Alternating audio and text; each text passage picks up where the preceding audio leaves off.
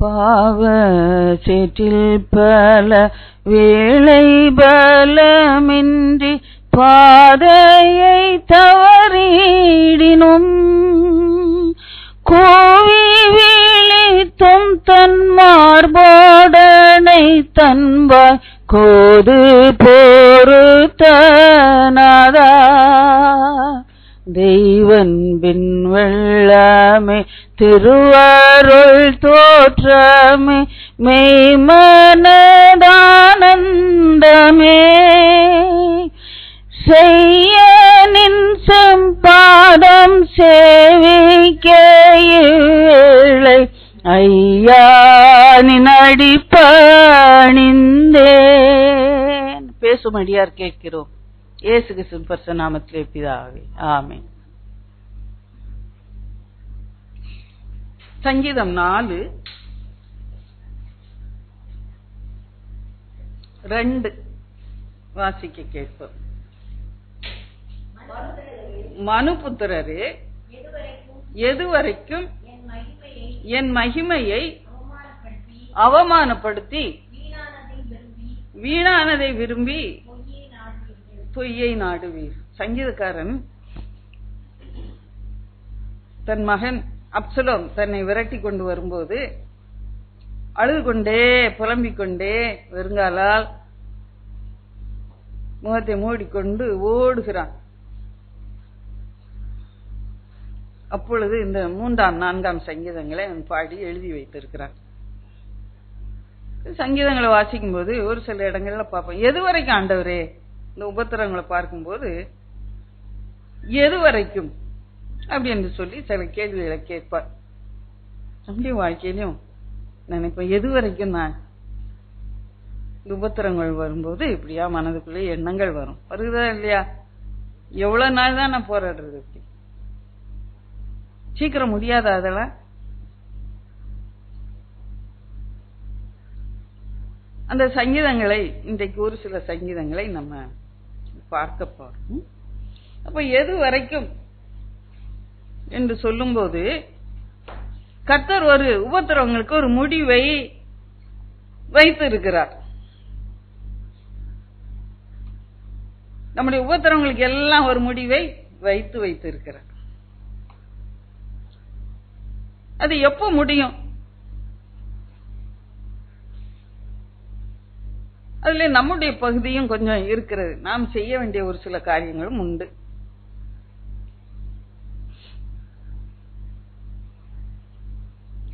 இப்படியாக அவன் உபத்திரத்தில் இருக்கும்போது என்ன காரியங்களை எல்லாம் அவன் செய்தான்,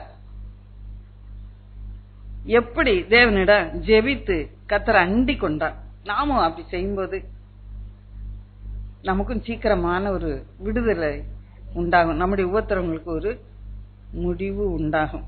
அதனாலே இந்த சங்கீதத்தில் இருந்து ஒரு சில காரியங்களை உங்களுக்கு தியானிக்க நான் விரும்புகிறேன். அந்த சங்கீதங்களை வாசித்து பார்த்தீர்கள் என்றால் ஒரு முக்கியமான அதுல ஒரு செய்தி இருக்கும். இந்த 3-4 சங்கீதம் அநேகங்க உண்டு. ஆனா நான் அந்த நேரம் நமக்கு குறித்த நேரத்துக்குள்ள ஒரு சில காரியங்களை உங்களுக்கு தான் நான் வைக்க விரும்புகிறேன். பாருங்க, இப்படியாக அவன் அழுது கொண்டு ஓடிக்கொண்டு இருக்கிற வேளையிலே அவன் எதுவரைக்கும் கேள்வி கேட்டாலும் அவன் சில காரியங்களை செய்யறான். அந்த 4ஆம் சங்கீதம் வாசித்தோம், அதுல 4வது வசனம் வாசிப்போம். அவன் செய்யற காரியங்களை பார்ப்போம். 4ஆம் வசனம், நீங்கள் கோபம் கொண்டாலும் பாவம் செய்யாதீர்கள், உங்கள் படுக்கையிலே உங்கள் இருதயத்தில் பேசிக்கொண்டு அமர்ந்திருங்கள். 5, நீதியின் பலிகளை செலுத்தி கர்த்தர் மேல் நம்பிக்கையாயிரு. அப்படியே உபத்திரத்துல அவன் ஓடும் போது ஒரு நேரம் கேட்கிறான், எதுவரைங்க ஆண்டவரே நான் அப்படி ஓடுவேன், ஓட என்ன விரட்டுறானே அப்படின்னு சொல்லும் போது தன்னையே திடப்படுத்தி கொண்டான். கோபம் வருது அவனுக்கு, சண்டை போட்டு குத்திரலான்னு வருது. நினைச்சா நான் குத்திடுவான் போய், இல்லையா? மகனோட சண்டை போட இஷ்டம் இல்லை அவனுக்கு, இல்லையா? அதனாலதான் அவன் அந்த எந்திரிச்சு ஓடும் போது அந்த சாமுவேல் புஸ்தகங்களை வாசித்து பார்த்தா தெரியும். வந்து அவன் இதெல்லாம் அழிச்சு போடுவான், ஜனங்களெல்லாம் யுத்தம் பண்ணி அழிச்சு போடுவான், வாங்க நம்ம போயிருவோம் அப்படின்னு சொல்லிட்டு அவன் எந்திரிச்சு அந்த அரண்மனை விட்டு வெளியே ஓடுறத நம்ம பார்க்கணும். வீணா தேசத்துக்கு அழிவு, வீணா யுத்தம், வீணா ஜனங்கள் மடிந்து போவாருங்க. நம்ம என்ன பண்ணோம், எந்திரிச்சு ஓடி போயிருவோம் அப்படின்ட்டு. அவனுக்கு யுத்தம் செய்ய இஷ்டம் இல்ல மகனோட. யாருக்கா இஷ்டம் இருக்குமா? கோபம் வருதாங்க. கோபத்தை என்ன பண்ணுகிறார், நீ நமக்கும் சேர்த்து சொல்றார், நீங்க கோபம் செய்தாலும் கோபம் கொண்டாலும் பாவம் செய்தார். நீங்க என்ன பண்ணுங்க, படுக்கறையில போய் உக்காந்து கொண்டு நீங்க சிந்தித்து கொண்டு இருங்க. அப்ப கோபம் வந்தா இந்த பைபிள் நமக்கு சொல்லுகிற மருந்து என்ன, போய் தனியா போய் உட்கார்ந்துரு. வெள்ளக்காரங்க எல்லாம் அப்படிதான் பண்ணுவாங்க. பிள்ளைங்க ஏதாவது தப்பு செஞ்சா நம்ம மாதிரி அடிச்சு அப்படிலாம் பண்ண மாட்டாங்க. டைம் அவுட், அவங்களுக்கு என்ன பண்ணும், டைம் அவுட். உங்களுக்கு குடும்பத்தோட இந்த நேரம் இல்லை, நீங்க போய் தனியா உட்கார வச்சிருவாங்க. ஒரு பெட்ரூம்ல அல்லது ஒரு ஓரத்துல டிராயிங் ரூம்ல உட்கார வச்சிருவாங்க. 10 நிமிஷம் யாரும் பேச மாட்டாங்க. அப்புறமா வா, 10 நிமிஷம் ஆனவொடனே டைம் அவுட். அவங்க யாரும் அவங்களோட பேசக்கூடாது, விளையாடக்கூடாது, ஒன்னும் சாப்பிட கிடையாது, உட்காந்துட்டே இருக்கணும். 10 நிமிஷம் ஆனவொடனே அந்த அம்மா என்ன பண்ணும், கூப்பிட்டு விடும். கூப்பிட்டு விட்ட உடனே அந்த நடந்த காரியத்தை சொல்லி, இதுக்கு நீ மனம் வருந்துறியா, நீ செய்தது தப்பு இல்ல அப்படின்னு உடனே, ஆமா தப்பு அப்படின்னு சொன்ன உடனே இனிமேல செய்யக்கூடாது அப்படின்னு சொல்லி குடும்பத்தோட சேர்த்துக்கொள்வாங்க. விளையாடலாம், பேசலாம், சிரிக்கலாம், சாப்பிடலாம், எல்லாம் பண்ண. டைம் அவுட்னு சொல்லுவோம் அத. அந்த மாதிரி என்ன பண்ண, நீ கோவம் வந்துச்சுன்னா என்ன பண்ணு, யார்ட்டையும் மனுஷட்டு போய் பேச, டைம் அவுட், உனக்கு பெட்ரூம்ல போய் உட்காரு கொஞ்ச நேரம். உட்காந்து என்ன பண்ணும், நீ இருதயத்துல சிந்தித்து கொண்டு ஏன் கோபம் வந்து ஆண்டவர்கிட்ட ஒப்புரவா, அதுக்கப்புறம் நீ மத்த காரியங்களை பாரு அப்படின்னு. உபத்திரம் வரும்போது, யாராவது நமக்கு விரோதமாக பேசும்போது நம்ம கொஞ்ச நேரம் கோபத்தை அடக்கி அமர்ந்திருந்து தியானிக்கணும், கர்த்தரை நினைச்சு பார்க்கணும், நீதியின் பலியை செலுத்தணும். நீதியின் பலின்னா கர்த்தருக்கு ஸ்தோத்திரம் சொல்லணும். அடுத்த கட்டம் அங்க சொல்லுது, நீதியின் பலிகளை செலுத்தி கர்த்தர் மேல் நம்பிக்கையா இருங்க. அந்த உட்கார்ந்து இருக்கும் போது சும்மா உட்கார்ந்து இருக்க கூடாது, தூங்கிடலான்னு இல்ல, கர்த்தரை துதிச்சு நீதியின் பலிய செலுத்தணும். அது மாத்திரம் இல்ல, கர்த்தர் மேல நம்பிக்கை வைக்கணும். ஆண்டவரே நான் உண்மை நம்புறேன், இந்த உபத்திரத்துல நீர் என்ன விடுவிப்பு. என்ன உபத்திரமா, ஒரு நோயா இருக்கலாம், படப்பட தேவையில்லாத வார்த்தைகளை பேசாதபடி, முறுமுறுப்பு அவிசுவாசமான வார்த்தைகளை பேசாதபடி, மற்றவங்களை நிந்திக்காதபடி, தூஷிக்காதபடி. கர்த்தாவே நீங்க இந்த நோயிலிருந்து என்ன விடுவிக்க வல்லவர், நீங்க இந்த பிரச்சனையில இருந்து என்ன விடுவிக்க வல்லவர்னு சொல்லி நீங்க உட்கார்ந்து கொஞ்ச நேரம் ஆண்டவரோட பேசுவீர்கள் என்றால் உங்க துக்கம் எல்லாம் சந்தோஷமாக மாறி. எது வரைக்கும் இந்த உபத்திரம், நான் கர்த்தர்ட்ட ஒப்புரவா வரைக்கும், கர்த்தர் மேல உள்ள நம்பிக்கை நான் தெரியப்படுத்த வரைக்கும் உபத்திரம். என் மகிமை என்று சொல்லுகிறார், மகிமையாய் வாழ்ந்தவன் இல்லையா, என் மகிமையெல்லாம் அவமானப்படுத்துறீங்களே எது வரைக்கும் என்று சொல்லி கூக்குரல் இடுகிறார்.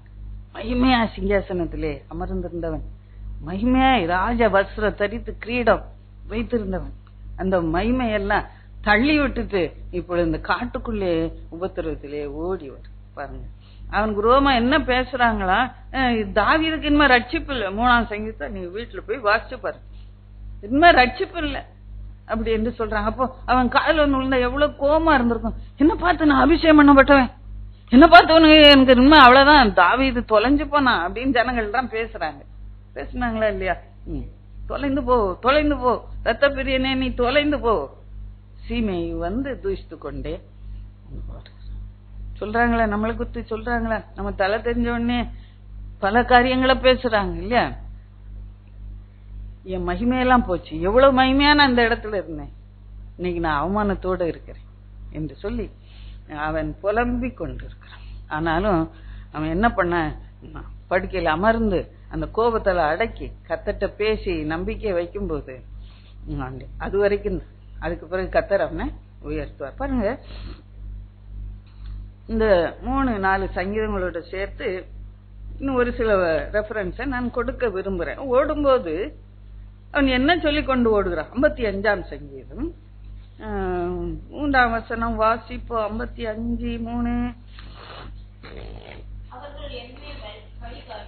அவர்கள் என்மேல் பழி சாட்டி குரோதம் கொண்டு என்னை பகைக்கிறார்கள். வாசிங்க. அவனுக்கு சந்தோஷமா இருக்குமா? தாவீதுக்கு ரட்சிப்பில்லை அப்படின்னு சொல்றாங்க. அப்ப அவனுக்கு சந்தோஷமா இருக்குமா? இல்ல. இருதயம் என்ன பண்ணுச்சா? வியாகுலம். மரணத்துக்கு எதுவான ஏன்னா இயேசு கெத்செமனேல ஜெபிக்கும் போது வியாகுலப்பட்டார்னு இருக்கு. அவ்வளவு இப்ப சாக போறோன்னா எவ்வளவு மனசுல துக்கம் வந்துடும். அப்படியான ஒரு வியாகுலம். அவ்வளவுதான், செத்து போயிடும். இவ்வளவு பெரிய சேனை வருது என்ன தேடி, இப்ப என்ன சாகடிச்சிருவாங்க அப்படின்னு சொல்லி அவன் புலம்பிக் கொண்டு இருக்கிறான். பயம் வந்திருக்குமா? நடுக்கம் வந்திருக்குமா? அல்லது அவன் பாட்டு கம்பீரமா நடந்து போயிருப்பானா? பயம்தான் இல்லையா? யுத்தம். அவன் ஒரு இடத்துல கட்டத்துல சொல்லுறான். 1 சாமுவேல் 20:3 சொல்றாரு, மரணத்துக்கும் எனக்கும் 1 அடி தூரம் மாத்திரம், நான் மரண பள்ளத்தாக்கிலே நடந்தேன் என்று சங்கீதம் 23. அப்போ விதமாக பெரிய சேனை துரத்தி கொண்டு வரும்போது அவனுக்குள்ளே வியாகுலம். அவன் ஓடுறான் அழுது கொண்டு. வாசிங்க. மூடிட்டு அப்பொழுது என்ன சொல்றான் பாருங்க. எனக்கு புறாவில் சிறையில் இருந்தால் நான் பறந்து போய் இழப்பார். என்ன அப்படி காலால ஓட வேண்டியதுக்கு, வெறுங்காலால ஓடி வர வேண்டியது, நான் பயந்து போய் ஓடி வர வேண்டியது. சேனை வருது என்ன குத்தி போட்டுருவாங்க அப்படின்னு மரணத்துக்கு பயந்து ஓடி வர வேண்டியது இருக்கு. எனக்கு மட்டும் புறா போல சிறகு இருந்தா நான் என்ன பண்ணுவேன்?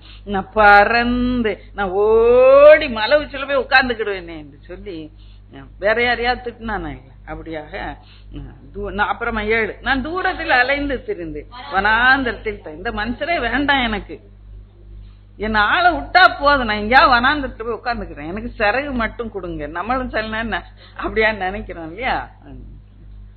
அப்ப பெருங்காற்றுக்கு புசலுக்கு தப்ப தீவிரத்துக்கொள்ளும், தீவிரமா ஓடிடுவேன், என்னால் ஓட முடியல ஆண்டவரே அப்படின்னு. வெறுங்காலால ஓட முடியல. வெறுங்காலால ஓட முடியுமா காட்டுக்குள்ள?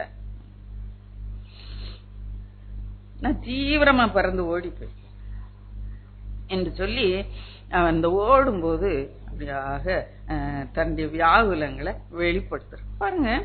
அந்த நேரம் ஏன் அப்படி பண்ணுகிறான்னு சொல்லும்போது, இந்த சீமை கற்களை எரிந்து தூசித்து கொண்டே வருகிறான்.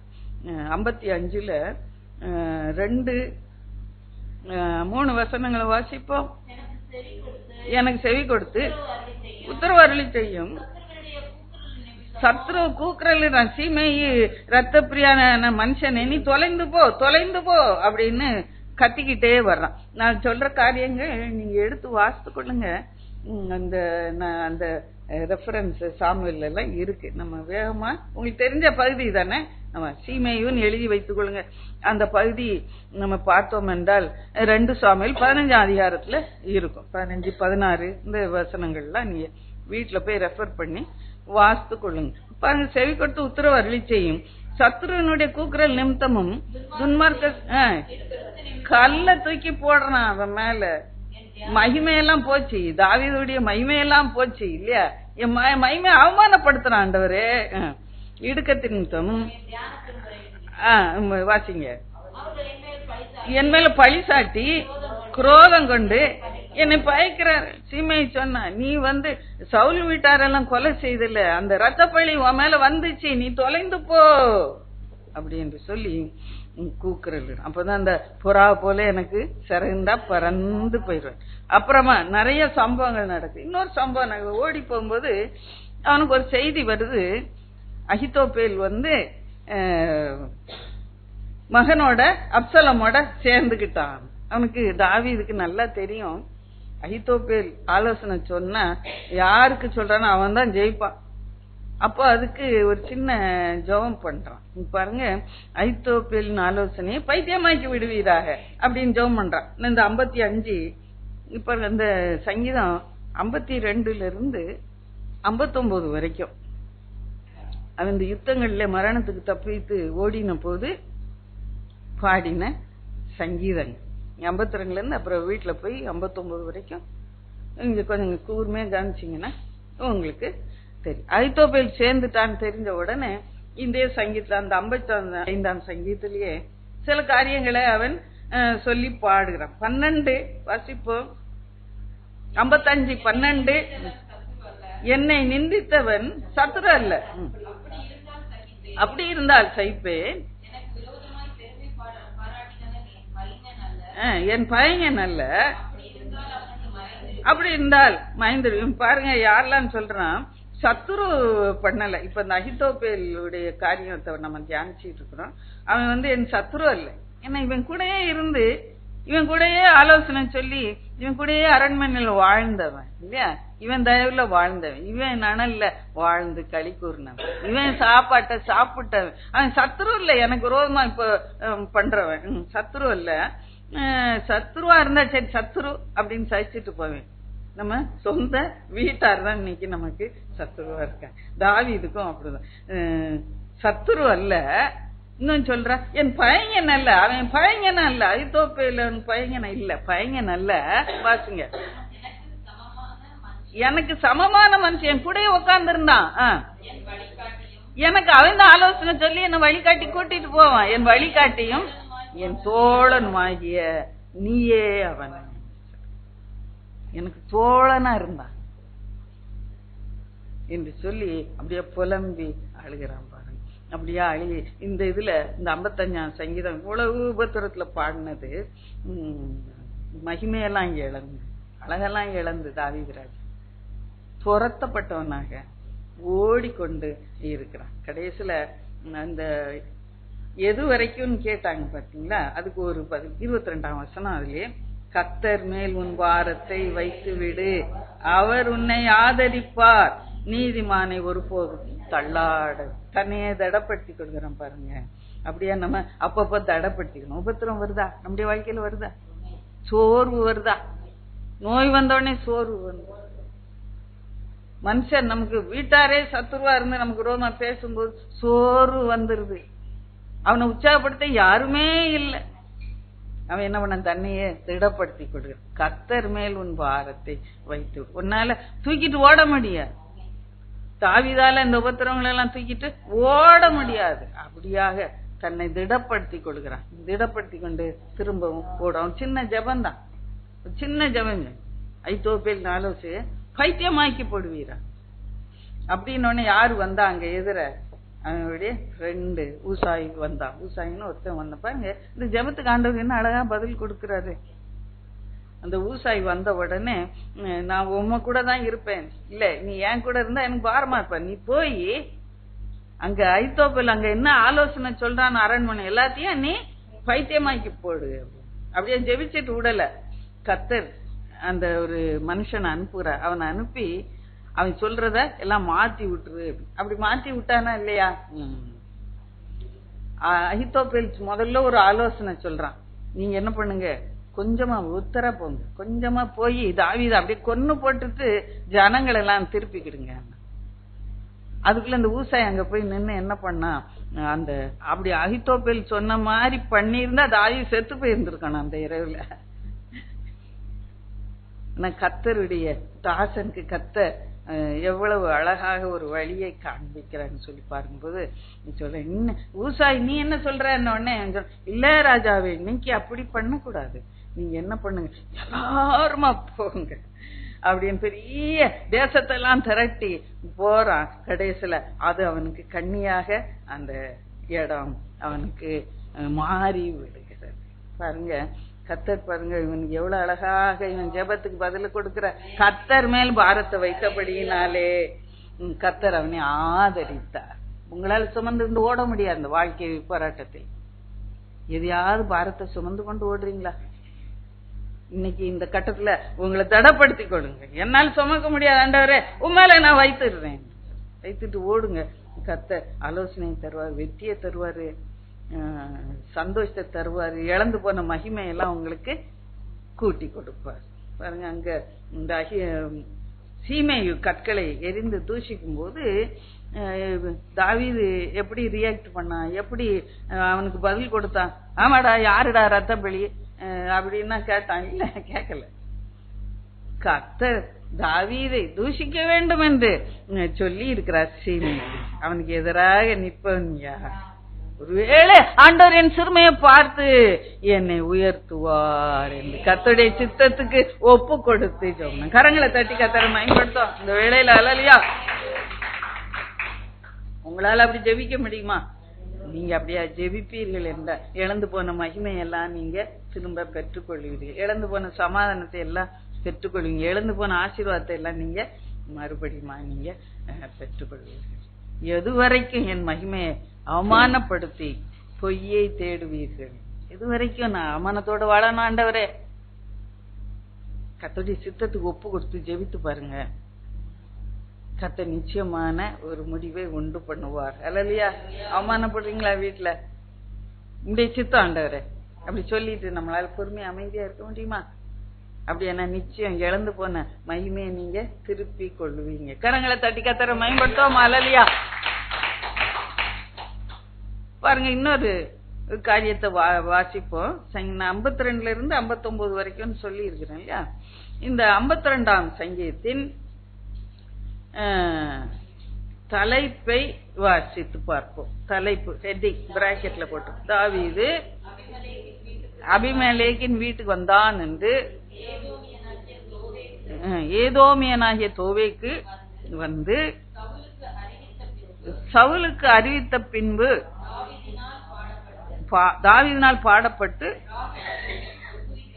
ராஜாவுக்கு ஒப்புவிக்கப்பட்ட மஸ்கீல் என்னும் சங்கீதம். இங்க பாருங்க, இந்த தாவீது சவுலாலே துரத்தப்படுகிற போது பாடின சங்கீதங்கள் இதெல்லாம். இப்ப தாவீது தப்பி ஓடி போகிறான். இங்க அபிமெலேக்கின் வீட்டுக்கு அவன் வந்து, ஏன்னா அந்த அது வந்து ஒரு தேவனுடைய கூடாரம், அதுல வந்து அப்பம் வாங்கி சாப்பிட்றான். அப்புறமா அந்த பட்டயத்தை எடுத்துக்கிட்டு ஓடுறான். அப்ப அந்த சாமுவேல் புஸ்தகங்கள்லாம் நீங்க வாசித்து பார்த்தீங்கன்னா நிச்சயமா தெரியும். அவன் வந்து இவன் வாங்கிட்டு அவன்கிட்ட ஆசாரியன்ட்ட பேசிட்டு இருக்கும்போது தோவைக்கு அங்க இருந்தான். அப்போ தாவீது எவ்வளவு ஒரு ரொம்ப ஞானம் உள்ள ஒரு தேவனுடைய ஞானத்தை பெற்ற மனுஷன். அப்பவே நினைச்சேன், தோவைக்கு பார்த்துட்டானே, நம்ம இங்க வந்துட்டு போனதை பார்த்துட்டானே, போய் ராஜாட்ட சொல்லிடுவான்னு நினைக்கிறேன் அப்படின்னு ஒரு சந்தேகமே இருந்தது. அதே போல ராஜாட்ட போய் அவன் சொல்லிட்டான். அப்ப சொல்லிட்டான்னு தெரிஞ்ச உடனே இவன் ஓட வேண்டியதா போயிடுச்சு. அங்க இருந்து தப்பிச்சு ஓட வேண்டியது.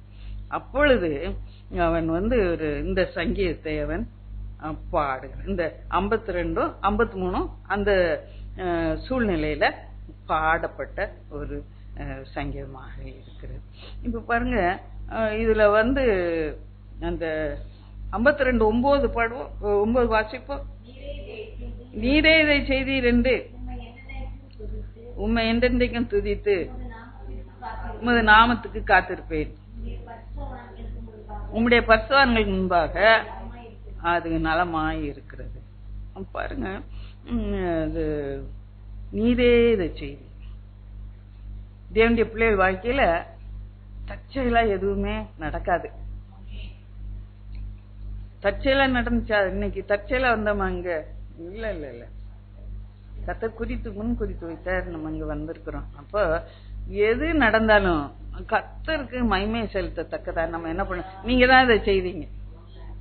என் வாழ்க்கையில தீமையானது வந்தாரு என்ன, நான் வந்து செய்யற தாவீது அங்க வந்து பட்டயத்தை வாங்கிட்டு அப்பத்தை வாங்கி சாப்பிட்டுட்டு ஓடுறத தோவைக்கு பார்த்துட்டான்.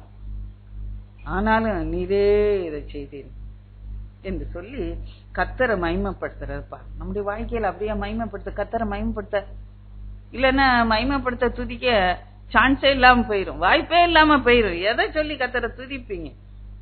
உன் வழிகளில் எல்லாம் அவரை நினைத்துக்கொள், உன் சுயபுத்தியின் மேல சாராத.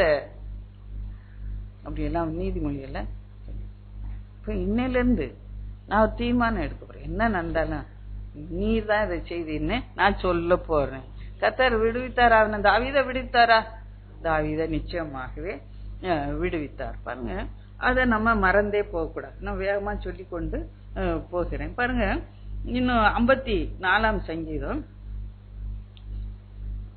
தலைப்பை வாசிப்போம். 54ஆம் சங்கீதம் தலைப்பு, தாவீது தங்களிடத்தில் ஒளித்துக் கொண்டிருக்கிறான் என்று சீப்பூரார் வந்து சவுலுக்கு சொன்ன போது சரி, அது ஒரு சங்கீதம் என்று. இது எப்போ இந்த ஒழித்து கொண்டிருக்கிறான்னு எப்போ சொல்லப்பட்டுச்சுன்னு சொல்லி ஒரு சில வசனங்களை வாசிப்போம். 1 சாமுவேல் புஸ்தகம் 23:1 வாசிங்க. 1 சாமுவேல் 23. இதோ பெலிஸ்தர்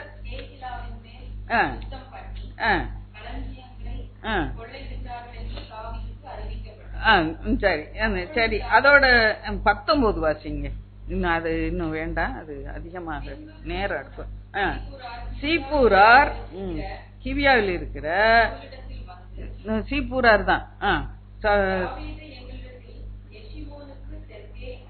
ஆகிலா என்னும் மலைக்காட்டில் உள்ள சரி சரி பாருங்க. இந்த தாவீது அப்படி ஒளிஞ்சு ஒளிஞ்சு ஒளிஞ்சு வாழுதான். அந்த நேரம் இந்த சில ஆளுங்க என்ன பண்ணுது, இங்க இருக்கான் வாங்க நாங்க காட்டி கொடுத்துடுறோம் அப்படின்னு சொல்லி இந்த சீப்பூரார் விசேஷமாக சொல்லுறாங்க. அப்ப தாவீது கேட்டா சந்தோஷமா இருந்திருக்குமா? அவனுக்கு எவ்வளவு வருத்தமா இருந்திருக்கும்ல. நாங்க இருக்கிறேன்னு ஒளிச்சு இருக்கிறேன், நானே உயிருக்கு பயந்துகிட்டு இருக்கேன். அத போய் சவுல்கிட்ட போய் இடத்த காட்டி கொடுக்குறாங்களே, நான் ஒளிஞ்சிருக்கிற இடத்த அப்படின்னு மனசெல்லாம் வெந்து போகுது. அந்த நேரம் இந்த சங்கீதங்களை அவன் பாடுகிறான். 54ஆம் சங்கீதம் பாருங்க. அப்போ இந்த சீப்புரார் சொல்லிட்டு அங்கதான் ஒளிஞ்சு இருக்கிறான். ராஜா நீங்க வாங்க, நாங்க அவனை பிடிச்சி உங்க கையில கொடுத்துடுறோம் அப்படின்னு சொல்லி.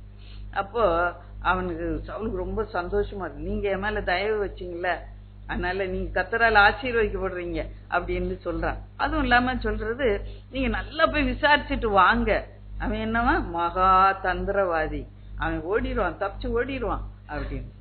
கடைசியா அவன இருக்கிற இடத்துக்கு சவுல கூட்டிட்டு போயிடுறாங்க. ஒளிச்சு அவன் கிடக்குறான், கூட்டிட்டு போயிடுறாங்க. அப்ப என்ன ஆகுதுன்னு பார்க்கும்போது 26ஆம் வசனத்துல பாப்பீங்கன்னா, அந்த ஒரு மலையை சுத்தி சவுல் வர்றான்னு தெரிஞ்சா மலையில இருந்து இறங்கி ஓடிடலான்னு போறான். தாவீதும் மனுஷரும் ஒரு பக்கத்துல இருக்கிறாங்க, சவுலும் அவனுடைய மனுஷரும் இன்னொரு பக்கத்துல இருக்கிறாங்க. அப்புறம் கடைசியில என்ன ஆகுதுன்னு சொன்னா, தாவீத அவனுடைய மனுஷரை பிடிக்கிற மாதிரி பக்கத்துல வந்துட்டாங்க, வளைந்து கொண்டாங்க. அப்ப 27 வாசிப்போம். கரெக்டா அந்த நேரத்துல ஊராள் சவுலிடத்தில் வந்து, நீ சீக்கிரமாய் வாரும், பெலிஸ்தர் தேசத்தின் மேல படையெடுத்து வந்திருக்கிறார். அதனால் சவுல் பின்தொடர்கிறதை விட்டு திரும்பி எதிர்த்து போனா. போதும் பாருங்க, கரெக்டா அந்த நேரம். நம்ம இப்பதான் போன பாயிண்ட்லாம் தாண்டிச்சிருந்தோம். தற்செயலா ஒண்ணுமே நடக்காதுன்னு. தற்செயலா நடந்திருக்குமா? நான் அப்படி விசுவாசிக்கவே இல்லைன்னா அது ஆண்டர் வேணும்னு அந்த நேரத்துல அந்த பெலிஸ்தரை அங்க சும்மா இருந்தவங்களை எழுப்பி விட்டு போ அப்படின்னு ஒண்ணு அவன் வந்தவனே முதலுக்கே மோசமாச்சேன்ட்டு இருந்துச்சு. சவுலு ஓடி போயிட்ட. தேவ கிருபை, தேவ கிருபை. உங்களால முடியலையா? யுத்தம் செய்ய முடியலையா? அப்படியே உட்கார்ந்துட்டு தேவ கிருபைன்னு சொல்லுங்க. 1 வருஷம் சொல்லுங்க, 2 வருஷம் சொல்லுங்க. அவன் ஏதாவது திட்டிட்டு கிடப்பான் கெட்ட வார்த்தை சொல்லி. நீங்க என்ன சொல்லுங்க? முன்னாள் தேவ கிருபை, தேவ கிருபை, தேவ கிருபை. தேவ கிருபை உங்களை சூழ்ந்து கொள்ளுமா? தாவீதுக்கு கொடுத்த கிருபை உங்களையும் கர்த்தர் சூழ்ந்து கொள்ளும்படியாச்சு. ஒன்னும் பைத்தியம் நினைச்சு ஓடி போயிருவான், அல்லது கர்த்தருடைய கிருபை அவங்கள துரத்தி விடும். அல்லையா? கரங்களை தட்டி மகிமைப்படுத்தும். எது வரைக்கும் அப்படின்னு கேட்டுக்கிட்டே இருக்கிறீங்களா? எது வரைக்கும் நான் இப்படி உபத்திரம் பண்ணு? எது வரைக்கும் என் மகிமையெல்லாம் இழந்து நான் அப்படி உட்கார்ந்துட்டு இருக்கிறோம்? பெருங்காலால நான் ஓடுறேனே, அழுதுகிட்டு ஓடுறேனே. தேவ கிருபை என்று உச்சரித்து பாருங்க, கர்த்தர் மகிமையான காரியங்களை உங்க வாழ்க்கையில செய்வார். அல்லையா? நீங்க அவன் ஏதாவது சொன்னா அதுக்கு பதில் சொல்லதான் யோசனை வொக்காபுலரி தேடிட்டு இருப்பீங்க. என்ன சொல்லி திட்டலாம் அவன அப்படின்னு. கிருபைன்னு சொல்லுங்க. அதான் உங்களுக்கு ஆண்டவர் கொடுக்கிற வொக்காபுலரி, உங்க வாயில கொடுக்கிற வார்த்தை அதுதான். கிருபை கிருபைன்னு சொல்லுங்க, சத்துரு ஓடி போவான். அல்லையா? பாருங்க, இன்னும் அநேக காரியங்களை நான் சொல்லலாம். நான் நேரம் கடந்து போகிறது வேகமா நான் போறேன். 24:1 வாசிங்க. 1 சாமுவேல் 24:1. திரும்ப வந்து பாருங்க, மறுபடியும் அந்த இது சைக்கிள் ஆரம்பிக்குது. பெலிஸ்தரை போய் விரட்டி விட்டுட்டு திரும்ப வந்து என்ன, அவன் நல்ல புத்தியோட இல்ல, பின்தொடர வந்துட்டான். இதோ தாவீது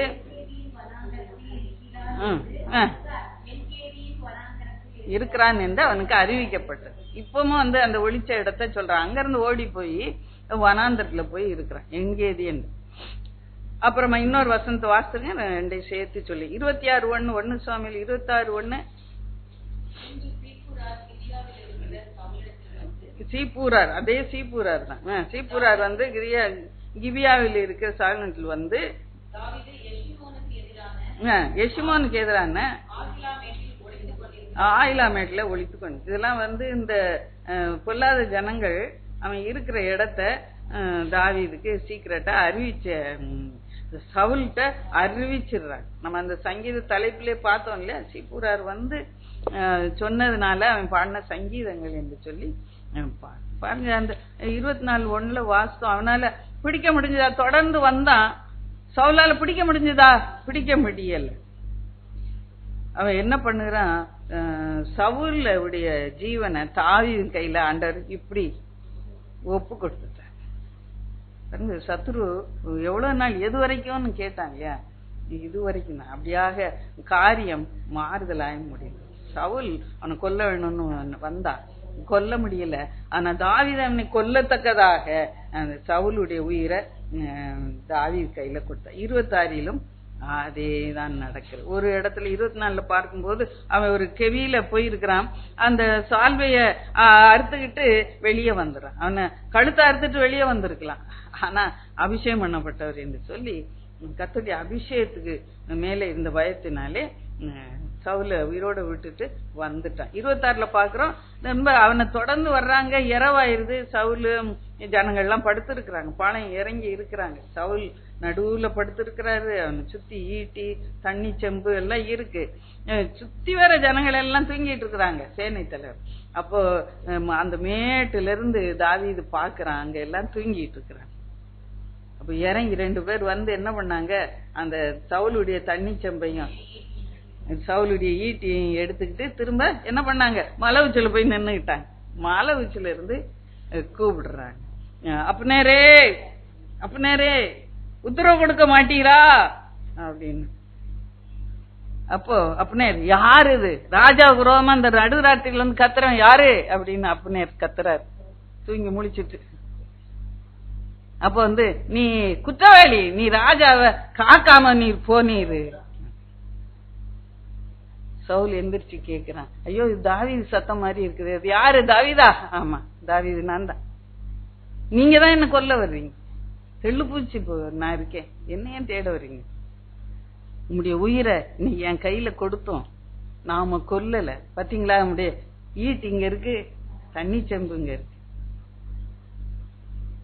பாருங்க. அப்படியே சீப்பூரார் எவ்வளவுதான் அவனை காட்டி கொடுக்க வகை தேடினால கத்த அந்த ஜீவனை ஒப்பு கொடுக்கவே இல்லை. தாவீது செத்து பண்ணானா, சீப்பூரார் சொல்லி கொடுத்ததுனால செத்து பண்ணாங்களா?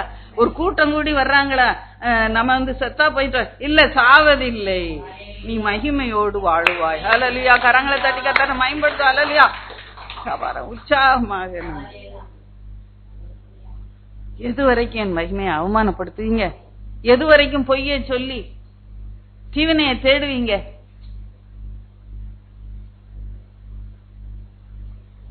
நான் சத்துருவுக்கு பழிக்கு பழி வாங்குவேன் அப்படின்னு நினைக்கவே நினைக்காது. எப்படி சவுல தப்பு விட்டாங்க, யானைக்கு ஒரு காலம் வந்தா பூனைக்கு ஒரு காலம் வரும், என் கையில மாட்டட்டி இட்டுச்சு நொறுக்கி விடுவேன் அப்படின்ற எண்ணம், பழி வாங்குற எண்ணம். கர்த்தர் என் ஜீவனை தப்பு விட்டார், கர்த்தருக்கு ஸ்தோத்திரம் என்று சொல்லி நீங்க வந்து சத்துரு மேலையும் அன்பா இருக்க வேண்டும் என்று சொல்லி கர்த்தர் விரும்புகிறார். பிதாவே அவர்களுக்கு மன்னி, தாங்கள் செய்யற இன்னும் இந்த அறியாம செய்யறேன். சத்துரு தொடர்ந்து வர்றானா, சத்துரு தான் எடறி விழுவான். நீங்க மகிமையோட வாழுவீங்க. அந்த நம்பிக்கை இருக்கா உங்களுக்கு? உன் முடிவை குறித்து உனக்கு நம்பிக்கை இருக்கா? இப்போ நீங்க கர்த்தரை துதிக்கணும். அப்புறம் உருவன் முறுமுறுத்துக்கிட்டு இருக்க கூடாது. ஆமா, இத்தனை வருஷம் ஜப கூட்டத்துக்கு போனேன், ஒன்னும் நடக்கல, இது என்னத்துக்கு இந்த ஜப கூட்டம்?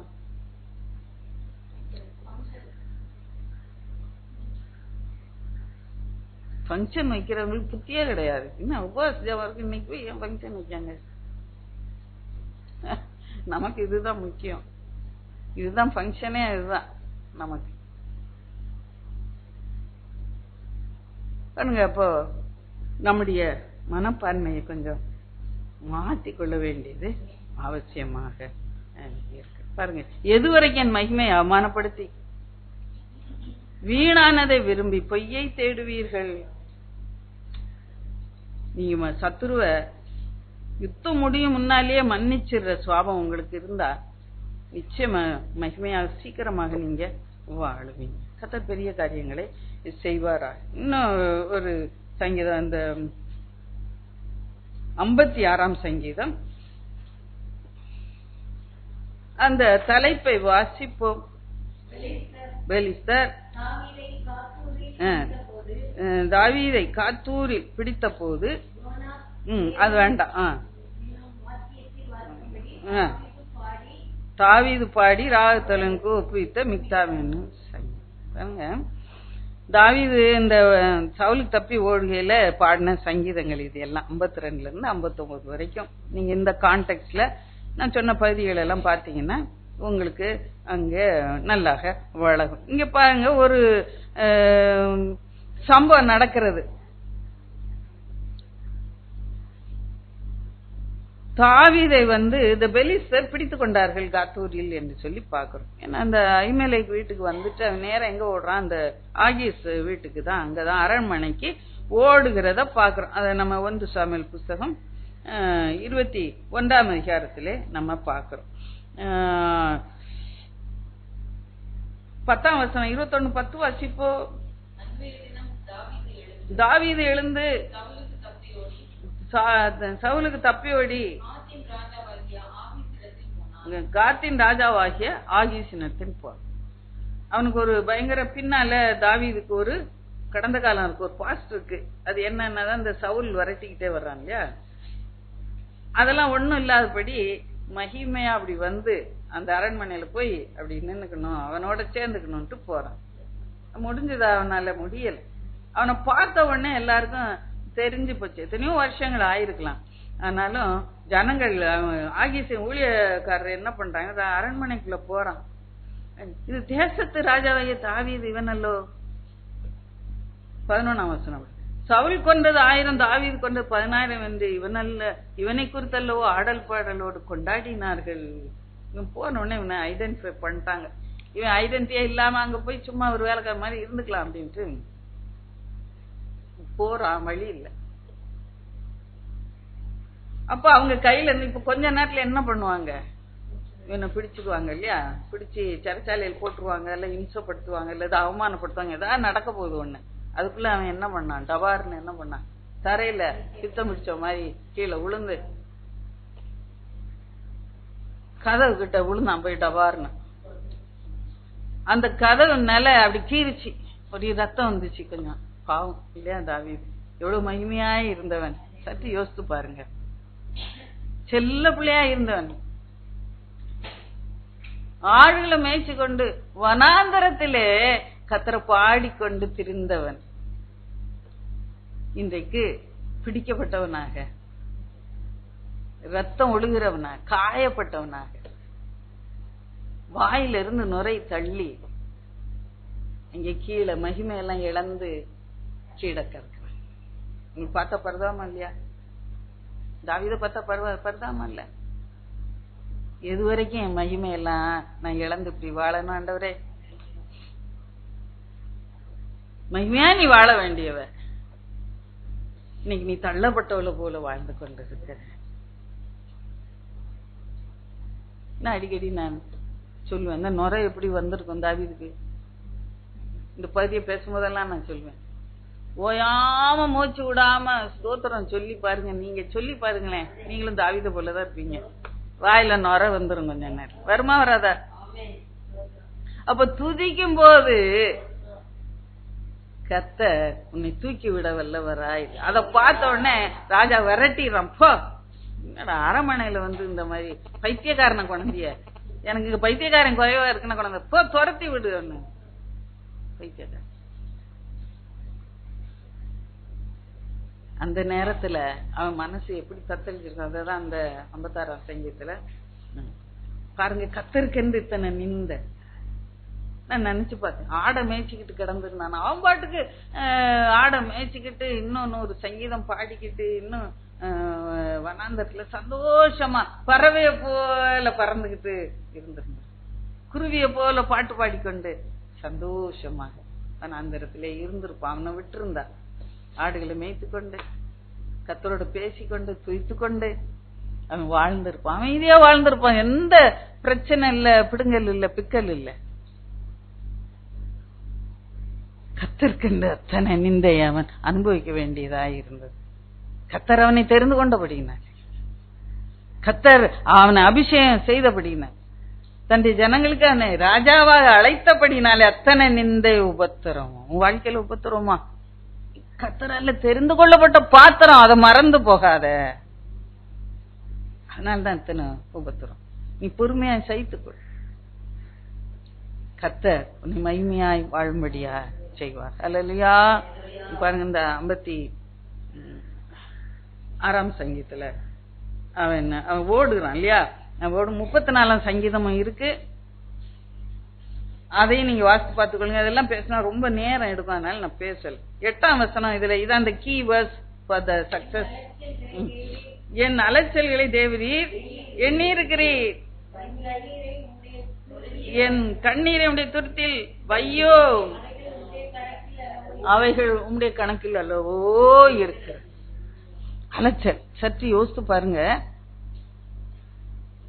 அவன் எருசலேம்ல இருந்து எங்க ஓடி வந்தான்? முதல்ல இந்த வீட்டுக்கு, இந்த ஆசாரியன் வீட்டுக்கு ஓடி வந்தான் இல்லையா? அவனுக்கு என்ன குதிரை ரதம்லாம் கொடுத்து அனுப்பி வச்சிருப்பாங்க? யாரும் இல்ல. ஓடி வரான், அலைச்சல். தவிக்க தவிக்க தவிக்க ஓடி வரான், பசி தாகம். அப்புறம் அங்க தோவைக்கு பார்த்துட்டான்னு உடனே எங்க பண்றான்? அங்க இருந்து இந்த காத்துக்கு ஓடி வர்றான். காத்து அங்க அவனுக்கு இளைப்பாறல் கிடைச்சிச்சா? இல்லை. இங்க இருந்து துரத்தப்பட்டவனாக ஓடுகிறான். அப்பதான் பாடிக்கிட்டே போறான், ஆண்டவரே அலைச்சல்கள் எல்லாம் நீர் அறிந்திருக்கு, என் கண்ணீரை உம்முடைய துருத்தியிலே வை. அழுது கொண்டே ஓடி இருந்திருப்பான். இன்றைக்கு அழுது கொண்டே இருக்கிறாயோ? உன் உபத்திரவங்களை எல்லாம் கத்தர் காண்கிற தேவனாயிருக்கிறவன், அலைச்சல்களை எல்லாம் காண்கிற தேவனாயிருக்கிற. கோர்ட்டுக்கும் வக்கீலுக்கும் அலையிறீங்களா? கேஸ்ன்னு அலையிறீங்களா? கண்ணீர் விட்டு கொண்டு அலையிறீங்களா? உன் அலைச்சல்களை எல்லாம் தேவன் அறிந்து இருக்கிறார்.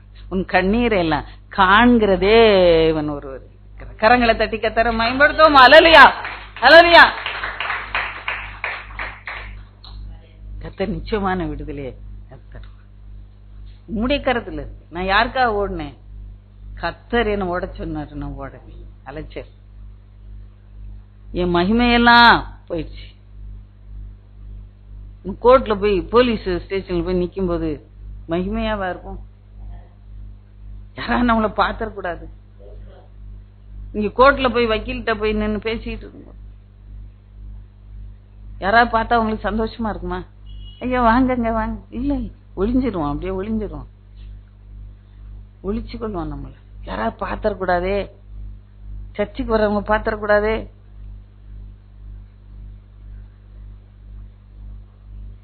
அவமானத்தோடு வாழ்கிறோமா? குற்றவாளியை போல ஒன்ன உன் வீட்டுல உள்ளவங்களே ஒன்ன கூண்டுல நிறுத்துவாங்க இல்லையா? நீ அப்படி பண்ண, இப்படி பேச, நீ அகம்பாவமா நடந்துகிட்டேன்ட்ட. இன்னைக்கு நம்ம மேல குற்றம் வருதா?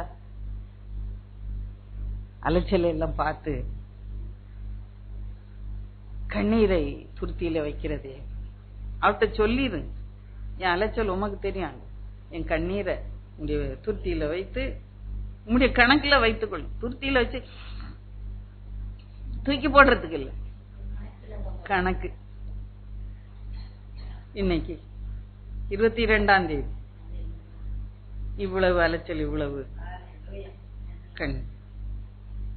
23ஆம் தேதி இத்தனை அலைச்சல், 1 கிலோமீட்டர், 2 கிலோமீட்டர், 10 கிலோமீட்டர்.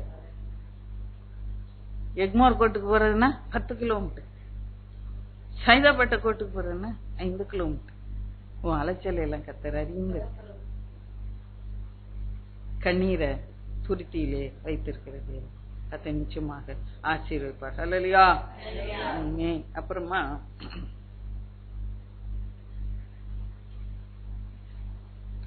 57ஆம் சங்கீதம், 58ஆம் சங்கீதம், ரெண்டையும் சேர்த்து ஒன்னா நான் பேசி முடித்து விட விரும்புகிறேன். ஒரு சில காரணம் உண்டு. அதுல முழுமையா தியானிக்க நேரம் இல்லை. அந்த தலைப்புல ஒரு வார்த்தை, அதை மட்டும் நான் உங்களுக்கு வாசித்து காண்பிக்க விரும்புகிறேன். 57 தலைப்புல தனக்கு நஷ்டம் நேரிடாது. தாவீது சவுலுக்கு தப்பி ஓடி கெபியில் ஒதுங்குகையில் தனக்கு நஷ்டம் நேரிடாதபடி. அப்ப 58 தலைப்பு பார்க்கும்போது இதுவும் அதே சூழ்நிலை தான். தான் கெட்டு போகாதபடிக்கு பாடின சங்கீதம். 2 வார்த்தை, ஒன்னு நஷ்டம் நேரிடாதபடி, இன்னொன்னு நான் கெட்டு போகக்கூடாது. நஷ்டம் வருதா நம்முடைய வாழ்க்கையில? வீணான பண நஷ்டம். அது சொல்லுறான், என் வாழ்க்கை நஷ்டமா போயிருமே ஆண்டவரே, எனக்கு மனைவி பிள்ளை எல்லாம் இருக்கிறாங்க, என் வாழ்க்கை நஷ்டமா போயிடக்கூடாது. எனக்கு நீ தந்த அபிஷேகம் அதை நான் இன்னும் எடுத்து பயன்படுத்தல ஆண்டவரே. நான் இன்னும் ஆவிக்குரிய வாழ்க்கை இன்னும் வாழணும்னு விரும்புறேன் ஆண்டவரே. நான் இன்னும் உமக்கு துதிக்கணும்னு விரும்புறேன் ஆண்டவரே. இன்னும் உமக்கு ஊழியம் செய்யணும்னு நான் விரும்புறேன் ஆண்டவரே. இந்த சத்துரு நிந்திச்சுக்கிட்டே இருக்கிறதுல என் அபிஷேகம் எல்லாம் அணைஞ்சு போயிரும் போலியே. நான் உமக்குன்னு பிரகாசிக்கணுமே. என் ஆவிக்குரிய வாழ்க்கை நஷ்டமாயிடக்கூடாது, நான் கெட்டு போயிடக்கூடாது. நான் சில நேரம் சொல்லுவேன், சில நேரம் சில ஜனங்கள்கிட்ட டீல் பண்ணும்போது, என் குணமே கெட்டு போயிரும் போலியே.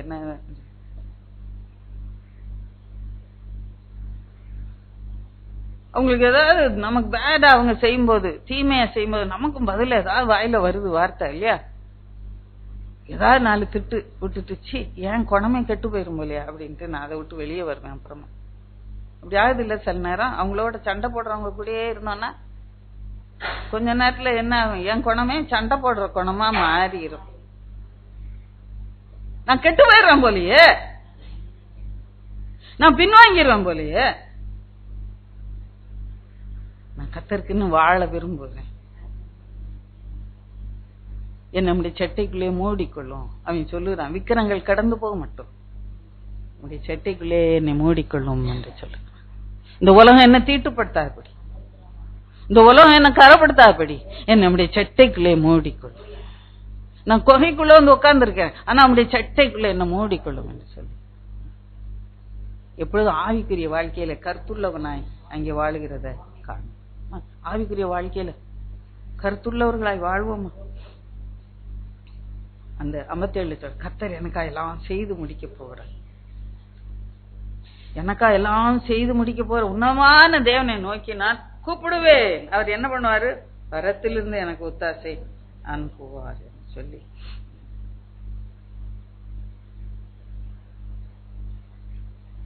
இன்னும் அடுத்த சங்கீதத்துக்கு போறேன், நேரம் ஆயிட்டு. 59 தலைப்பு என்ன சூழ்நிலை என்று கற்றுக்கொள்வாங்க. 59 தலைப்பை பார்ப்போம். சவுல் தாவீதை கொல்லுகிறதுக்காக ஏவல் ஆட்களை அனுப்பின போது பண்ண சங்கீதம். ஏவல் ஆட்களை எப்பொழுது அனுப்பினான் என்று சொல்லி பார்ப்போம். 1 சாமுவேல் 19ஆம் அதிகாரம் 14-17 நீங்க எடுத்து வாசிக்க வேண்டும். அவரை முதல்ல அரண்மனையில தான் நீ இருந்தார் தாவீது. சவுலோட பந்தியில சாப்பிட்டு சந்தோஷமா இருந்தான். அப்பப்ப என்ன பண்ணுவான், சவுல் மட்டும் என்ன பண்ணுவான், பந்தியில இருக்கும்போது கூட ஒரு ஈட்டிய கையில வச்சுக்கிட்டே இருப்பான். சமயம் வாய்த்தா அந்த ஈட்டி அப்படியே சோரோட வச்சு தாவீதை கொல்லணும்னு சொல்லி அந்த ஈட்டியை எறிவான். இப்படியாக எரிந்து கொண்டிருக்க போது பயந்து என்ன பண்ணிடலாம், ஓடிடலான்னு பாக்குறான். வீட்டுக்கு போயிட்டு மீகாள் சொல்ற, எங்க அப்பா என்ன கொன்றுவாரு, நீ ஓடி போ அப்படின்னு சொல்றான். இந்த 19 வீட்டுல போய் வாட்சி பாருங்க. அவ தெரிஞ்சிருக்குமா தெரியாது அவளுக்கு? அப்பா கட்சியில இருப்பாளா புருஷன் கட்சியில இருந்திருப்பாள் அவ?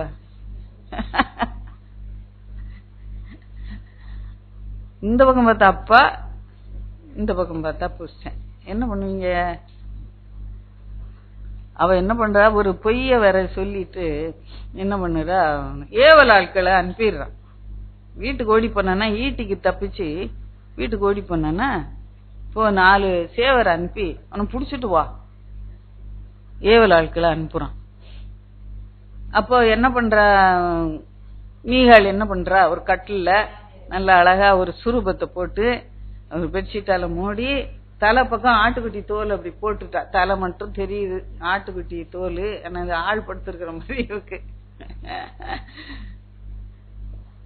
அப்போ ஆட்கள், ஏவல் ஆட்கள் வந்துட்டாங்க. தாவீதை கூட்டு வர சொன்னாரு ராஜா. அப்ப அவ என்ன சொல்ற, சுரூபத்தை காட்டி, ஐயோ அவர் உடம்பு நல்லா இல்லையா, படுத்திருக்கிறாரியா, நாளைக்கு வருவாரு அப்படின்னு சொல்லி அனுப்பிட்டான். உடனே தாவீது வருவான் குத்தலான்னு அங்க உட்காந்துக்கிட்டு இருக்கிறான். அந்த நேரத்துல என்ன, சோமெல்லாம் படுத்துங்க, அப்படியே கட்டிலோட தூக்கிட்டு வா அப்படின்ற. கட்டிலோட தூக்கிட்டு போறாங்க ராஜா முன்னால. அவன் வச்சிட்டு உருவி பார்த்தா என்ன இருக்கு, ஒரு சுரூபம், பொம்மை, அப்புறம் ஆட்டுத்தோல், ரெண்டும் துண்டு துண்டா வந்து விழுது. கோவம் வந்திருக்குமா வந்திருக்காதான்னு கேட்டு தப்பிச்சுட்டான் அப்படின்ட்டு. அந்த நேரத்துல தாவீது பாடின ஏவல் ஆட்கள் வந்துட்டாங்கன்னா பின்னால எப்படி ஜன்னலியா இறங்கி தான் வீட்டு சொந்த வீட்டுல வாசல் வழியா போக அவனுக்கு உரிமை இல்லாம, அதிகாரம் இல்லாம, ஜன்னல் வழியா இறங்கி ஓடி தப்பிச்சு போறான். மரணதிகள் இருந்திருக்குமா?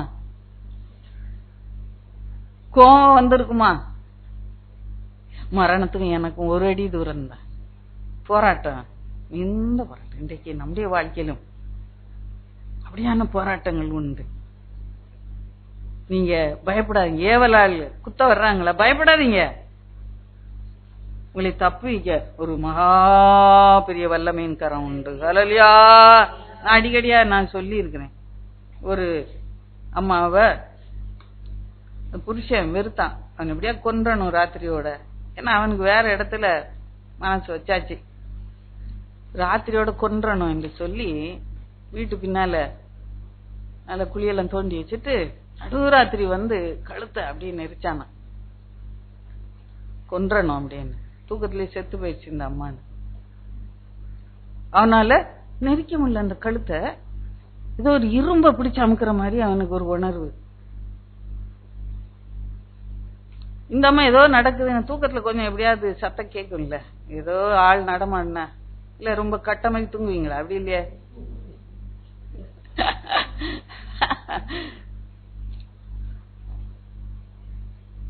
இந்த அம்மா சொல்லுது, காலையில முழிச்சு அது பாத்துருச்சு புருஷன் இப்படி பண்றான்ட்டு.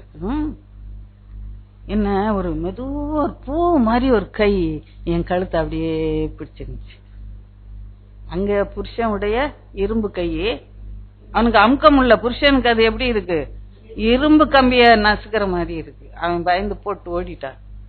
இந்த அம்மாக்கு காலையில அது சொல்லுது, ஒரு பூ போல மென்மையான கை என் கழுத்தை அப்படியே பிடிச்சிருந்துச்சு. அது யார் கைங்க? யார் கைங்க? ஆண்டவருடைய கரம். ஹல்லேலூயா, ஹல்லேலூயா. அதே போல கர்த்தர் உன்னோடு இருந்து யுத்தம் பண்ணுவார். எத்தனை போராட்டம் வந்தாலும் உன்னை மரணத்துக்கு அவர் ஒப்புவிப்பதே இல்லை. எத்தனை ஏவலாட்கள் வந்து உன்னை குத்த வந்தார், கர்த்தர் உனக்காக யுத்தம் பண்ணுவார். கர்த்தர் உனக்காக வழக்காடுவார். கர்த்தர் உனக்காக எல்லாத்தையும் செய்து முடிப்பார். ஏந்தி சுமந்து தாங்கி தப்பித்து உன்னை கனப்படுத்துவார். எதுவரைக்கும் நான் மகிமையை இழந்து இருக்கிறேன். என் வீட்டுல வாசல்ல போக முடியலையே, வாசல்ல தலை காட்ட முடியும், நான் பின்வழியா ஜன்னல் வழியால குதிச்சு ஓடுறேன். கர்த்தர் உனக்கா யுத்தம் பண்ணி இன்னும் பெரிய காரியங்களை செய்வார். ஹல்லேலூயா. இப்ப பாருங்க, அவன் போடுறான் 59:1, தேவனே என் தேவனே என் சத்துருக்களுக்கு என்னை தப்பியும், என் மேல் எழும்புறவர்களுக்கு என்னை விலக்கி உயர்ந்த அடைக்கலத்திலே. உயர்ந்த அடைக்கலத்தில் வைத்தாரா இல்லையா?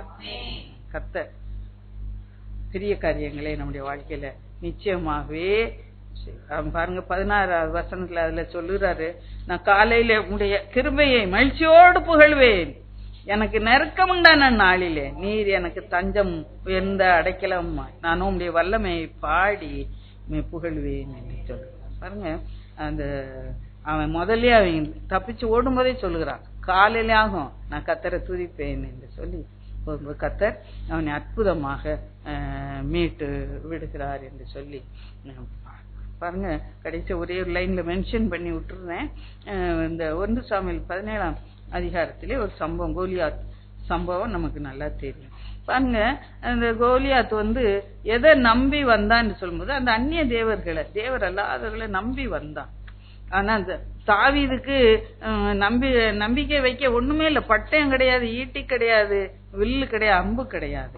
அவன் சொல்லுகிறான் 45ஆம் வசனம் பின் பகுதியில், சேனுடைய கர்த்தரின் நாமத்திலே உன்னிடத்திலே வருகிறேன் சொல்லும் போது கர்த்தருடைய நாமம் அவனுக்கு மகத்தான வெற்றியை அவன் வாழ்க்கையில கொடுத்தார். அந்த கோலியாத் தினம் நிந்திச்சான், 40 நாள் நிந்திச்சான். எவ்வளவு அவமானமா இருந்திருக்கும். அந்த இஸ்ரவேலின் ராணுவத்தை நிந்திக்கிறேன் என்று சொல்லி நிந்திக்கிறான். இஸ்ரவேல் தேவன் அதன் நிமித்தம் நிந்திக்கப்பட்டார். ஆனா அவன் சொல்லும் போது சொல்லுகிறான், நீ நிந்தித்தல்ல இந்த இஸ்ரவேல் ராணுவம், அந்த ராணுவங்களின் தேவன் எங்கள் தேவன் சேனைகளின் கர்த்தர், அவருடைய நாமத்திலே வந்தேன் என்று சொல்லும் போது கர்த்தர் மகத்தான வெற்றியை தருகிறார். அல்லேலூயா. 66ஆம் சங்கீதம் 66 இல்ல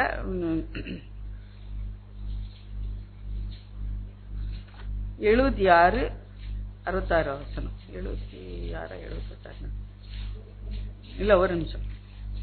சங்கீதங்களின் புஸ்தகம்